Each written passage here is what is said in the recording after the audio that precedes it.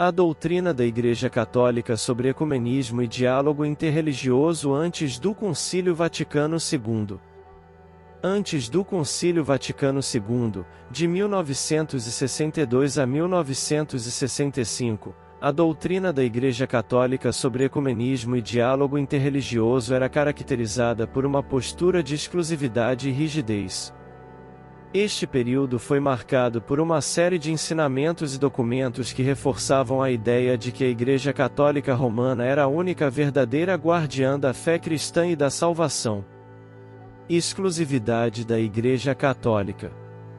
A doutrina central que moldava a atitude da Igreja era a crença na exclusividade da salvação através da Igreja Católica, expressa na máxima extra ecclesiam nulla salus, afora da Igreja não há salvação. Este ensinamento, profundamente enraizado na tradição católica, foi apoiado por figuras influentes como São Cipriano e reafirmado por diversos concílios e papas.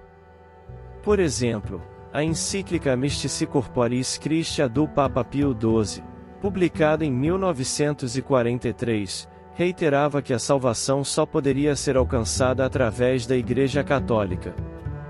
A Igreja também enfatizava a necessidade de união sob a autoridade papal.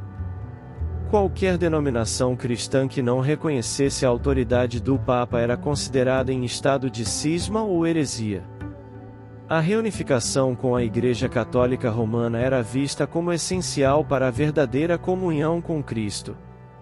Atitude em relação a outras religiões. Em relação às outras religiões, a Igreja Católica adotava uma postura condenatória. Outras tradições religiosas eram vistas como falsas e enganosas. A encíclica Mortalium Animus do Papa Pio XI, publicada em 1928, condenava o movimento ecumênico emergente e qualquer forma de sincretismo, afirmando que somente a Igreja Católica possuía a plenitude da verdade. O foco da Igreja estava nas missões e na conversão, com o objetivo de trazer não católicos para a fé católica. As atividades missionárias eram vistas como um meio crucial para alcançar a salvação das almas que estavam fora da Igreja. Doutrina e postura oficial. A postura oficial da Igreja foi reforçada por documentos como a Syllabus Errorum, a Sílabus dos Erros, do Papa Pio IX, publicado em 1864, que listava uma série de proposições condenadas, incluindo a ideia de que o protestantismo poderia ser uma forma legítima de cristianismo. Este documento refletia a resistência da Igreja contra o relativismo religioso e o modernismo. No início do século XX, o modernismo, que incluía tendências ecumênicas e uma abertura ao diálogo interreligioso, foi condenado veementemente. O Papa Pio X, na encíclica Pascendi Dominici Gregis, a 1907, denunciou o modernismo como a soma de todas as heresias e implementou medidas rigorosas para erradicar essas influências. Relações com outras denominações cristãs. O Concílio de Trento, de 1545 a 1563, desempenhou um papel significativo na definição da doutrina católica em oposição às ideias protestantes, reafirmando a necessidade de submissão à autoridade papal. Qualquer forma de ecumenismo que sugerisse igualdade entre as denominações era rejeitada. Mudanças com o Concílio Vaticano II.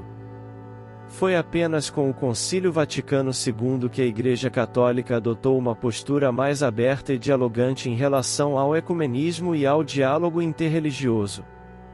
O decreto A Unitatis Redintegratio sobre o ecumenismo e a declaração A Nostra Aetate sobre as relações da Igreja com as religiões não cristãs marcaram uma mudança significativa, promovendo respeito mútuo, diálogo e cooperação entre diferentes tradições religiosas. Conclusão. Em resumo, A doutrina da Igreja Católica sobre ecumenismo e diálogo interreligioso antes do Concílio Vaticano II era marcada por uma ênfase na exclusividade da Igreja como o único caminho para a salvação e uma postura defensiva contra qualquer forma de relativismo ou sincretismo religioso. Esta abordagem começou a mudar significativamente com o Concílio Vaticano II, que promoveu um espírito de abertura e diálogo. Se você gostou desse vídeo, não se esqueça de curtir, compartilhar e se inscrever no canal.